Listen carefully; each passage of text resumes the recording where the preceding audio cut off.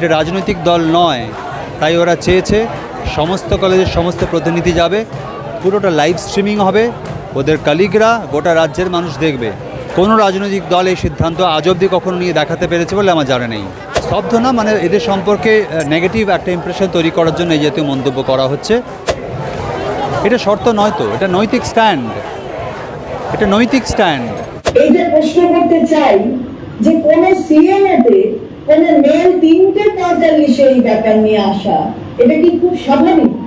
নিশ্চয়ই নয়, সবাই মানবেন এটা। তাহলে কি এর পেছনে কোনো রাজনীতি লুকিয়ে আছে?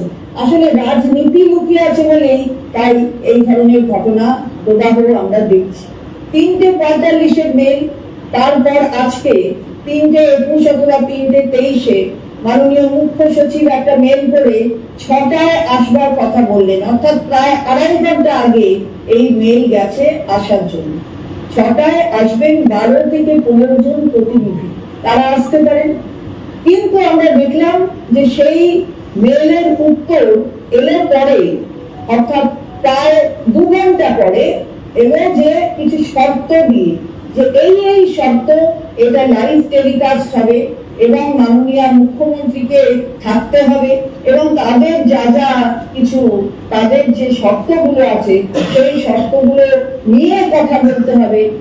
এটা আমি জনসাধারণের কাছে এই কথাটাকে পরিষ্কার করে দিতে চাই যে মানুষ জানেন যে রাজ্য সরকার খোলা মনে বসতে চাইছে, কোনো শর্ত সাপেক্ষ নয়।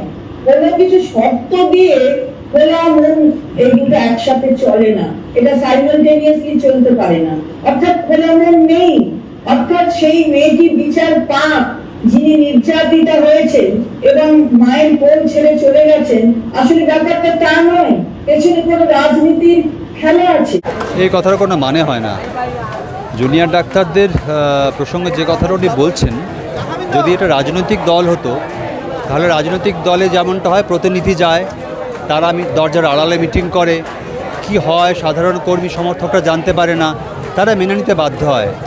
এটা রাজনৈতিক দল নয়, তাই ওরা চেয়েছে সমস্ত কলেজের সমস্ত প্রতিনিধি যাবে, পুরোটা লাইভ স্ট্রিমিং হবে, ওদের কলিগরা গোটা রাজ্যের মানুষ দেখবে। কোনো রাজনৈতিক দল এই সিদ্ধান্ত আজ অবধি কখনো নিয়ে দেখাতে পেরেছে বলে আমার জানা নেই। স্তব্ধ না, মানে এদের সম্পর্কে নেগেটিভ একটা ইমপ্রেশন তৈরি করার জন্য এই জাতীয় মন্তব্য করা হচ্ছে।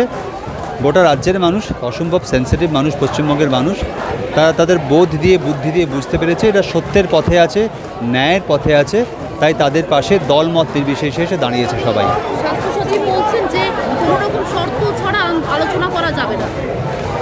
এটা শর্ত নয় তো, এটা নৈতিক স্ট্যান্ড, এটা নৈতিক স্ট্যান্ড। যেটা কোনো শর্ত বলছেন রাজ্যের মানুষের কাছে, এটা নৈতিক স্ট্যান্ড। এই স্ট্যান্ডটা নিয়েছেন বলে ওদেরকে হ্যাটস অফ। বাংলা হান্টের আরও খবর দেখতে নজর রাখুন। বাংলা খবর মানেই বাংলা হান্ট।